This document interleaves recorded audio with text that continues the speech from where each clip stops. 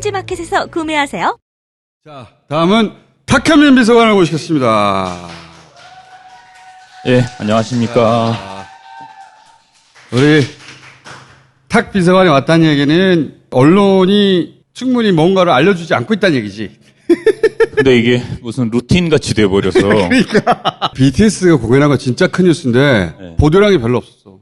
아, 그래요? 저희는 되게 열심히 하고 있어서. 전 세계적으로 큰 화제가 됐는데 네. 우리나라가 제일 적게 화제가 됐어. 그럴 리가 없는데요. ABC부터 NBC, CBS, 미국에서는 계속 크게 보도가 됐었는데. 거기는 난리가 났지만 네.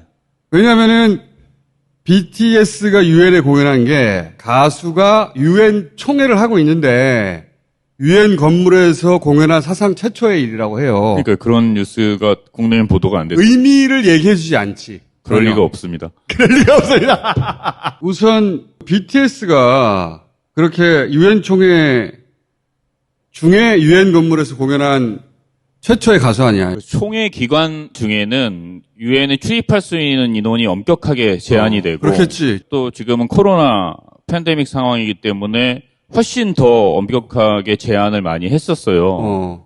그런데도 불구하고 유엔 총회 기간 중에 총회 본회의장 그리고 유엔의 앞마당 전체적인 유엔 공간을 그렇게 특정 가수의 촬영을 위해서 내준 경우가 유엔 역사상 처음 있는 일이죠. 어떻게 이렇게 결정이 됐나 그게? 근데 이게 애초에 시작은 작년 겨울부터 그 BTS가 소속된 회사와 논의를 했었고요. 원래는 유엔 총회를 상정해서 준비했던 것은 아니고 이제 대한민국 문화를 세계에 알릴 수 있는 그런 국제적인 프로그램을 대통령의 순방 행사와 맞춰서 한번 해보자. 아, 처음에는 유엔과 무관하게. 대통령의 순방이라는 게 우리가 한 5년 정도 해보니까 상당히 그 외교적인 효과뿐만 아니라 문화적인 효과도 고려해 볼 수 있겠더라고요. 그렇다면 우리 문화를 알릴 수 있는 계기로 만들어 보자라는 그런 프로젝트를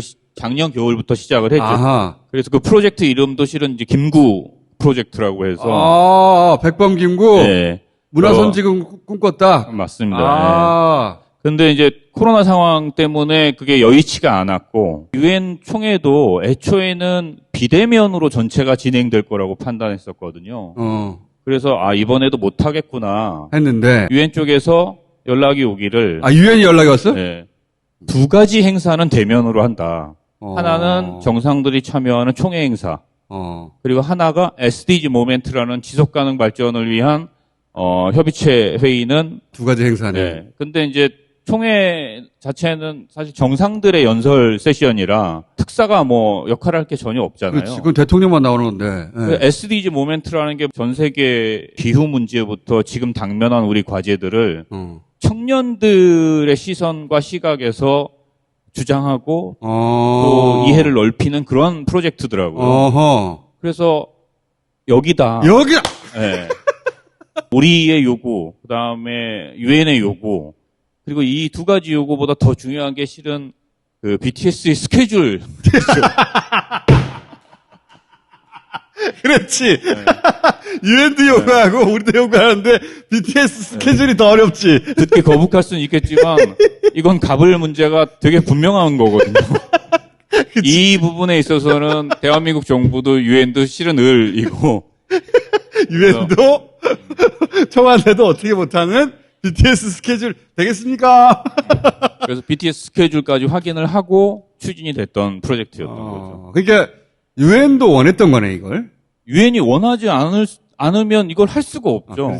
왜냐하면 유엔은 우리가 생각하는 것보다 훨씬 수평적이고 기계적인 형평성을 되게 중요시하는 기관이에요. 아프리카의 작은 나라부터 미국까지 동등하게 대하려고 되게 많이 노력하는 기구고 이 나라 갔으면 왜 이걸 하게 해줘 이런 소리를 들을 수 있으니까 당연히 그런 말이 나올 수 있다는 것도 유엔에서 고민을 많이 했었고 실제로 그럼에도 불구하고 이들이 갖고 있는 영향력과 파급력 그다음에 그 SDG 모멘트라는 걸 전 세계적으로 알릴 수 있을 거라는 기대 이것이 작용을 했던 거죠. 그래서 그러니까 유엔 입장에서도 BTS밖에 없잖아. 거기에 이제 추가해서 전 세계 정상을 대표해서 대한민국 대통령이 기조연설을 했다는 게 놓쳐서는 안 되는 중요한 부분. 아, 그렇지.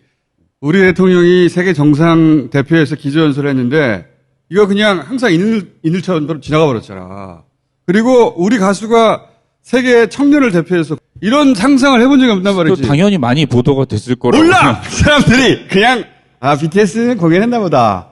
그럴 리가 없는데. 대통령은 항상 하던 거 했나 보다. 있을 수 없는. 국제연합 국제기구가 만들어지고 나서 대한민국 대통령이 전 세계를 대표하는 기조연설자로 나선 건 처음 있는 일이고요. 지금 말씀하셨던 몰라 우리. 대한민국의 아티스트가 전 세계 청년들을 대표해서 연설했던 것도 처음 있는 일이고, 그리고 그 SDG 모멘트의 사회를 봤던 사람도 주주장이라는 한국계 미국인 언론이었어. 그래서 정말 그날이 코리안 데이가 된 거예요. 맞네. 그리고 그 사회는 우리가 선택한 건 아니잖아. 아니죠. 그럼 유엔에서 선정한 거죠. 또 야, 이거는 처음 듣는 의미다. 국제연합에서 유엔에서 수없이 많은 발표와 세션과 연설들이 있었는데 그 어떤 것보다도 가장 많은 사람들이 지켜봤던 연설이 된 거예요. BTS가 하니까. 네. 여러 역사적 사건을 통틀어서 가장 많이 보게 된. 우리 대통령이 우리 역사상 최초로 세계 정상을 대표해서 유엔에서 기조연설을 했고, 우리나라 가수가 최초로 세계 청년을 대표해서 연설했고, 유엔 역사 최초로 회기 중에 공연까지 했는데 이것들의 의미를 해석해 주지 않았어요. 비틀즈도 또 보노도 전 세계에 정말 멋지고 훌륭한 아티스트가 얼마나 많아요, 역사적으로. 그 누구도 기회를 갖지 못했던 걸 이번에 BTS가 가졌고, 연설이 끝난 다음에 대단한 일인데. 저도 약간 이게 얼떨떨 하더라고요, 현장에서. 이게 준비는 했지만 막상 그게 내 눈앞에서 현장에서 이렇게 벌어지니까 우리 대통령이 연설을 하고 우리 대통령이 BTS를 소개하고 BTS가 전체 청년을 대표해서 연설을 하고 그 유엔 총회장에서 우리말이 계속해서 나오니까 끝나고 나서도 이게 현실인가 이런 약간 착각 같은 느낌? BTS 멤버들이 연설하고 내려왔을 때 난 이게 믿기지가 않아요. 그랬더니 이 친구들도 자기들도 이게 현실인가 싶어요 라고 얘기할 정도로 상당히 감격스러웠다고 할 수밖에 없을 것 같아요. 이 무수한 행사를 했던 탁비서관도 아니 이게 너무 비현실적이잖아요. 대한민국의 비현실적이지. 청년이 전 세계를 대표하고 대한민국의 대통령이 전 세계를 대표한다는 게 이런 일이 있을 거라고 생각을 못했죠. 준비를 하면서도 그게 현실감이 전혀 없었어요. 우리나라 언론에서는 그냥 연설했다, 공연이 있었다 이러고 지나갔어. 그럴 리가 없습니다. 그럴 리가 없다. 그냥 그랬다고 지나갔어. 끝나고도 유엔 사무총장부터 모든 직원들 그리고 다른 나라 정상들까지도 그 이야기가 가장 큰 화제였죠. 그렇겠네. 미국뿐만 아니라 전 세계 언론들도. CBS, MBC, ABC하고는 이제 결국 인터뷰를 하나 같이 하기도 했지만 많은 요청들이 있었어요. 그런데 우리가 일정상 BTS를 인터뷰하고 싶다는 것도 물론 당연히 있었지만 우리 대통령과의 인터뷰도 정말 많이 요청이 들어왔었고 이게 그동안 우리가 외교 활동에서 좀 수세적인 입장이었다면 이번에는 정말 약간의 갑질? 갑질? 유엔 총회 기간에 우리가 영국과 양자회담을 했고 그 다음에 슬로베니아와 양자회담을 해요. 슬로베니아는 차기 EU 의장국이에요. 회담을 어디서 했는지 아세요? 중립지역 같은 데서 하는 거 아니에요? 대한민국 유엔 대표부 영사관, 총영사관에서 했습니다. 걔네가 왔어? 네. 저는 처음 경험해봤어요. 그게 되게 솔직히 얘기하면 짜릿했어요. 언제나 우리가 갔거나 아니면 만들어진 양자회담장, 일종의 그렇지. 중립지역이라고 할까요? 항상 양자회담을 그러니까 우리가 필요하니까 우리가 찾아다니거나 네. 서로 필요하면 어디 하나 장소 세팅해서 만났는데 이번에는 우리 바빠 죽겠는데 왔어. 실무 회의에서 제가 그렇게 얘기했거든요. 우리가 많이 바쁘다. 괜찮으시다면 우리 쪽으로 와주셨으면 좋겠다. 장소는 그거 처음 해봤구나. 그 말을 너무 하고 싶었거든요. 지난 5년 동안. 근데 이번에 처음 해봤어요. 오시는 것이 어떠하시겠느냐. 바쁘시면 할 수 없고요. 뭐 이렇게. 그러니까 이런 우리가 게 늘 듣던 말을 해본 거죠. 예. 그랬더니 왔어. 다 오셨습니다. 아, 그게 이런 가장 단적인 장면이라고 생각해요. 보도가 안 됐어, 그것도 전혀 보도가 안 됐습니다. 연설이 끝난 다음에 그 유엔에서 본인들이 직접 우리 대통령과 BTS 특사단을 인터뷰하고 싶다고 해서 유엔 사무차장이 본인이 인터뷰어가 돼서 인터뷰이가 돼서 인터뷰를 하는 진풍경이 연출됐고 유엔 사무차장이 예. 재밌다 그것도. 예, 처음 봤어요, 그것도.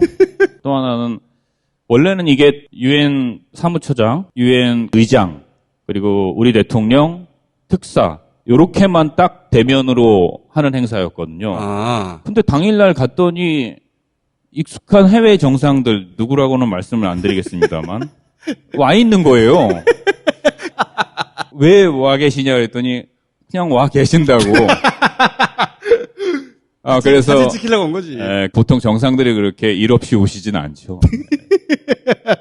그래서 정말 많은 외교 행사, 특히 다자 행사를 해봤지만, 이렇게 뿌듯하고 우리 마음대로 할 수 있었던. 마음대로 할 수 있었던. 우리가 원했던 대로 그림이 그려지고, 그게 현실이 되는 과정을 보는 건, 정말. 짜릿했겠다. 일이 재밌다고 느껴본 건 처음인 것 같아요. 내가 오란 대로 오고, 내가 쓰란 대로 쓰고. 시간도 우리가 지금 한 10분밖에 없습니다. 이런 거 한 번도 못 해봤단 말이거든요. 늘 그런 얘기를 듣기만 했지. 자, 메트로폴리탄 미술관은 왜 간 거예요? 원래는 올해가 유엔 가입 30주년이잖아요. 남북한 동시 가입 30주년이라. 보통 이 꺾어지는 정주년에는 각국이 유엔에 어떤 선물을 하는 관례가 있어요. 예컨대 중국 같은 경우도 청동화로 같은 거를 유엔에 선물한 적이 있고, 자국의 문화적 성과를 이렇게 보일 수 있는 전시물이나 작품들을 기부를 하면 그게 이제 유엔 총회나 유엔 건물 곳곳에 이렇게 배치가 되거든요. 그래서 원래 우리도 미술 작품을 유엔에 기증을 하려고 했었는데, 가만히 생각을 해보니까 이게 유엔에 기증을 했다고 해서 다 우리가 원하는 위치에 놓여지지가 않아요. 그렇지. 왜냐하면 공간은 한정돼 있으니까 아무거나 또 받는 것도 아니에요. 근데 우리는 우리 법상 진본 유품을 내보낼 수가 없어요. 미술품을. 그건 국내에만 있어야 돼요. 우리 문화재보호법상. 그런데 저쪽은 또 가품을 또 보낼 수도 없잖아요. 그래서 생각을 해봤더니 메트로폴리탄 뮤지엄이 전 세계 3대 미술관 중에 하나잖아요. 그리고 거기 엄청 자존심이 센 데지. 한국 전시관이 있어요. 다른 나라들에 비해서 솔직히 얘기하면 아직도 좀 초라한 편입니다. 그런데 이번 계기에 거기에 한국의 미술 작품을 하나 기증을 하고 하면 정말 전 세계 사람들이 와서 보게 될 거 아니에요. 그러니까 메트로폴리탄 쪽으로 방향을 틀었구나. 그렇죠. 그래서 이왕 미술품을 기증할 거면 메트로폴리탄을 해야겠다라고 생각을 하고 있었는데 마침 메트로폴리탄도 한국 문화에 대한 소요가 갑자기 너무 커지니까 그 기회를 계속 기다리고 있었던 거예요. 거기서도 한류가 커지는데 공간은 작으니까. 이쪽이 고미술이 아니라 현대작품을 원하더라고요. 현대작품을. 네, 그렇다면 우리도 부담이 없고. 그래서 현대작품 중에 한 점을 골라서 여사님이 가시고 그 다음에 특사가 같이 가고 그날도 여사님과 BTS가 갔다는 것 때문에 일종의 거기가 지금 성지가 돼서 그랬겠지. 한국 미술관이 있다는 거를 몰랐어요. 많은 사람들이. 몰랐겠지. 예. 그리고 메트로폴리탄도 처음에는 우리가 미술품 기증할 의사가 있다고 얘기했을 때 순서를 좀 기다리는 게 어떻겠니? 이런 순서를 기다리는 게 어떻겠니? 왜냐면 하려는 데가 많다. 워낙 많고 또 워낙 그 고가의 미술품들을 많이 받고 있으니까 그래서 근데 우리가 시간이 많이 없어서 그랬더니 그쪽에서도 시간이 없으면 다음에 하지 그러니 그래서 처음에 튕겼어. 그러면 어쩔 수 없이 우리는 지금 BTS 특사랑 우리 여사님이 가려고 했는데 그럼 다른 미술관을 알아볼게. 그 말이 끝나기도 전에 모든 문제가 해결이 됐어요. 너네 많이 바쁘다고 하지 않았니? 이렇게 얘기를 했어요. 또 가을이 바뀌었구나. 그러면 또 가면은 대우가 다 바뀌었을 거 아니야. 완전히 바뀌었죠. 그래서 처음에는 간략하게 행사를 하자 그랬다가 자기들 루프가든을 내주고 여사님이 메트로폴리탄 수장고를 보실 수 있게 배려를 해줬어요. 예. 특별한 대우를 했구나. 네. 딱 한 가지 요청을 하더라고요. 와주셔서 너무 감사한데 가능하면 관람객들의 관람이 다 끝난 시간에 했으면 좋겠다. 그래서 그건 저희가 받았습니다. 네. 메트로폴리탄도 장사를 잘 했네. 여러 가지를 다 잡았다고 생각합니다. 자, 그리고 나서 이제 화이자 사장을 만났고. 순서를 정확하게 알고 계시는. 나 알지. 나는 봤어. 네. 큰 행사다 싶어가지고. 대통령이 팬데믹 상황에서 해외 순방 행사를 할 때마다 꾸준히 해왔던 일정 중에 하나가 백신 관련 기업 CEO들을 만나는 일정이었어요. 맞아. 모더나, 아스트라제네카까지 전부 다 만났고 마지막 한 명 남았던 게 화이자였거든요. 화이자 회장님이 우리 숙소로 왔어요. 그래 와야지. 네, 당연히 환담을 하고 백신 문제와 관련한 여러 가지 논의를 하는 시간을 가졌고. 내가 보기에는 상징으로도 그렇고 실질로도 그렇고 매우 성공적이었거든. 이건 성공적일 수밖에 없는 게 우리 뜻대로 다 됐어요. 우리가 원하는 대로. 네, 보통은 그렇게 되기 힘들거든요. 왜냐하면 외교라는 게 언제나 상대국의 입장이 있기 때문에 우리는 이렇게 하고 싶지만 상대국이 저렇게 하자면 중간에 애매모호하게 일이 만들어지게 돼 있는데 이번에는 우리가 이렇게 하자 그랬을 때 그래 그렇게 하자 이렇게 된 거예요. 전부 다. 네. 어느 것 하나도 우리 마음대로 되지 않은 게 없었어요. 자, 그래서 화이자 사장까지 만나고 나서 나는 온 줄 알았더니 또 하와이를 갔어요. 그 사이에 하나 더 있었던 게 우리가 백신 허브 국가로 도약하겠다라는 선언도 했었고 미국하고 합의도 했었잖아요. 그 백신 그 원부자재를 제공할 수 있는 미국 기업들과의 MOU가 있었습니다. 아, 오케이. 그것도 아주 중요한 거죠. 우리가 백신 허브 국가라는 게 무슨 단지 선언이나 욕망을 얘기한 게 아니라 한 발자국 한 발자국 구체적으로 가고 있다는 걸 보여줄 수 있는 일정이에요. 보도 안 됐어요. 네. 그리고 나서 나는 그냥 돌아온 줄 알았더니 하와이를 갔어요. 잠깐만 이거 보자고.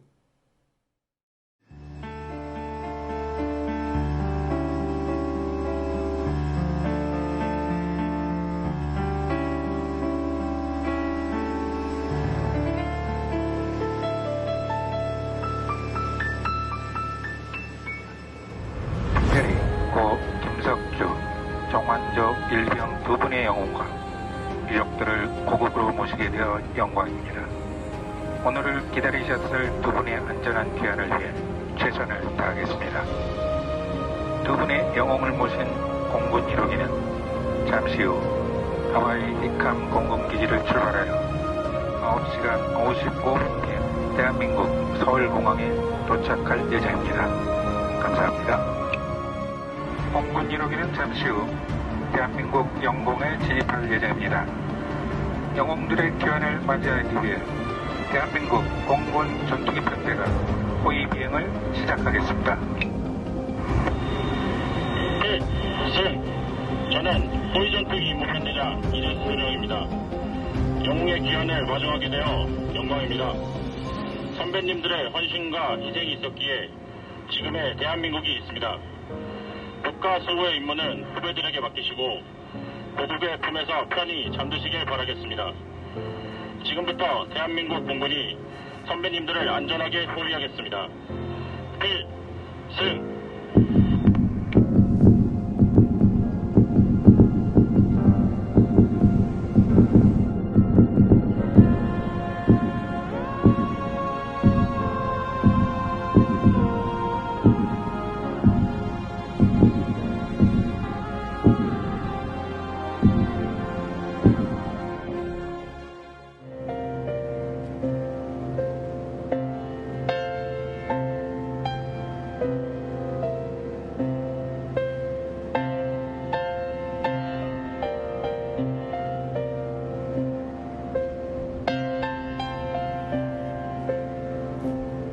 네, 지금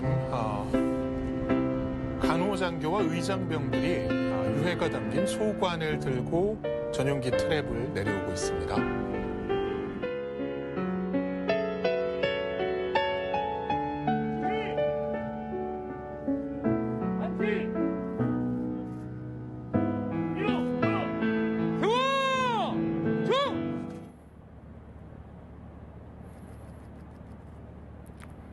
고 김석주 일병님께 참정기장을 제의하시겠습니다.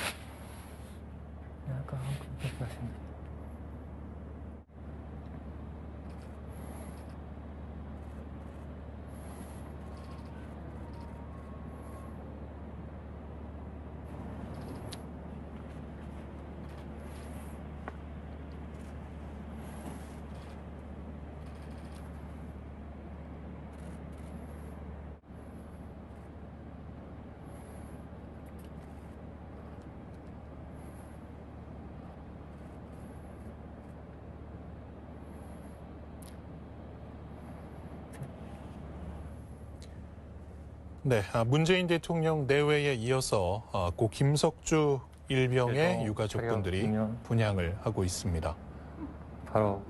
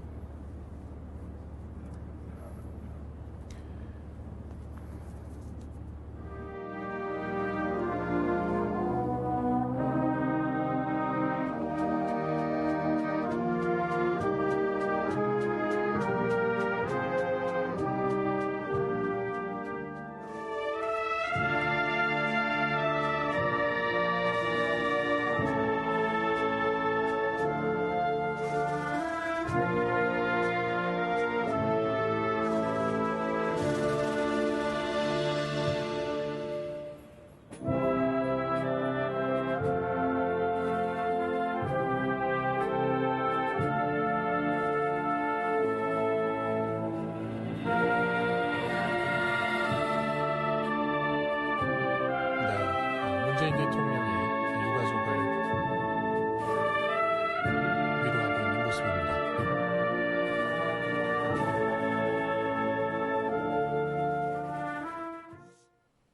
문 대통령 이런 거 참 잘해보면. 진심인 것 같아. 응? 원래는 하와이 일정이 없었어요. 유해가 발견됐다는 얘기를 전에 듣고 뉴욕 일정을 하루 줄이고 하와이로 간 거예요. 그래서 저희가 밤 10시에 하와이에 도착해서 다음날 아침에 독립유공자들을 위한 추서식을 하고 오후에 이 한미유해 상호인수식을 하고 그리고 나서 하와이에 뜬 거예요. 24시간도 하와이에 채 못 있었어요. 저분들은 근데 왜 그게 진짜 영화 같은 사연이 있는데요. 하와이에 묻히신 그러니까 거야? 어떻게 된 일이냐면 북한과 미국은 지금도 계속해서 유해 발굴 사업을 하고 있습니다. 이 장진호 주변에서 주로 유해를 발굴하는데 왜냐하면 장진호 전투 때 미군이 미처 유해를 수습하지 못하고 철수를 했거든요. 미군은 상당히 꼼꼼하게 기록을 해놔서 어디에 묻혀 있다라는 그 기록이 있었고 그 기록을 북한에 제공해서 북한이 이제 유해를 발굴을 해서 미국으로 보내고 있는데 그 유해를 당연히 미군이라고 생각하고 하와이로 보낸 거죠. 아하. 근데 하와이에서 보니까 이거는 동양인 DNA인 거예요. 그리고 탄소나 뭐 방사성 동위원소 같은 걸 하면 어떤 음식을 먹었는지까지 나올 수 있다고 하더라고요. 여기 미군이 아니다. 그렇죠. 이 미군에 배속된 한국인 카츄샤로 판명이 된 거죠. 그리고 그리고 나서 우리나라에 있는 DNA 데이터 대조 작업과 여러 작업을 한 후에 발견한 거죠. 그리고 나서 종합을 해봤더니 이 일이 어떻게 된 거냐면 이분들이 낙동강 전선까지 6.25 전쟁 때 밀렸을 때 징집된 분들인 거예요. 근데 그 당시에 미군이 완티오라고 하죠. 한 개 소대 중대 병력에 충분치 않았던 거예요. 그래서 한국인들을 카츄샤로 처음으로 징집을 한 거죠. 그래서 이분들을 일본으로 데려가서 훈련을 시키고 인천 쌍륙 작전을 통해서 장진호까지 올라갔던 거예요. 그리고 장진호에서 전사하셨던 분들의 유해가 65년 후, 70년 후에 다시 하와이로 돌아왔다. 미군 유해 섞여서 하와이에 갔다가 DNA 검사 끝에 한국인인 게 판정이 돼서 한국에 돌아와서 한국 DNA 대조 끝에 가족을 찾았구나. 그렇죠.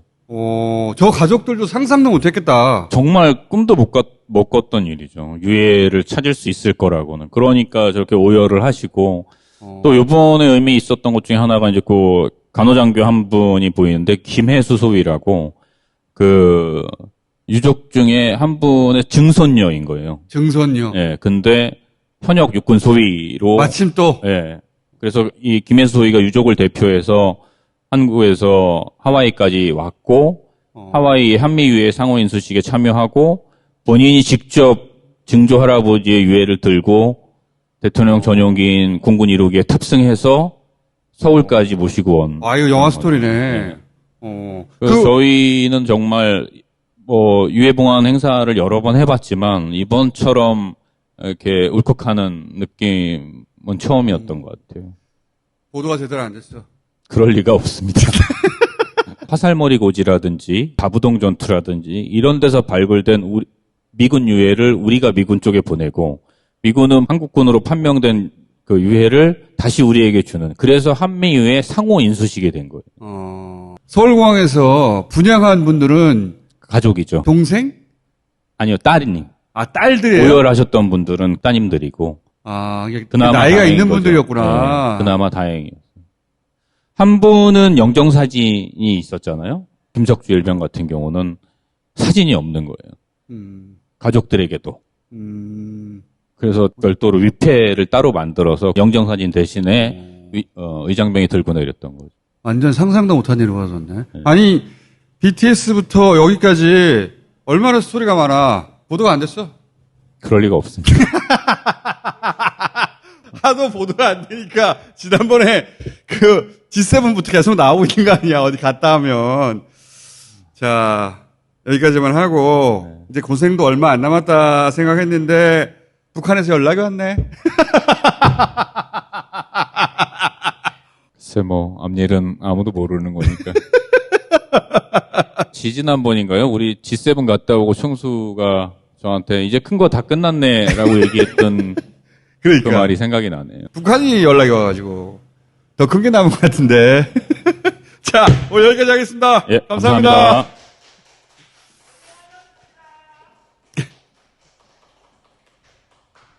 자, 이거 굉장히 의미 있는 행사였네, 여러모로. 이게 정확하게 전달이 되면 대통령 지지율이 올라가잖아.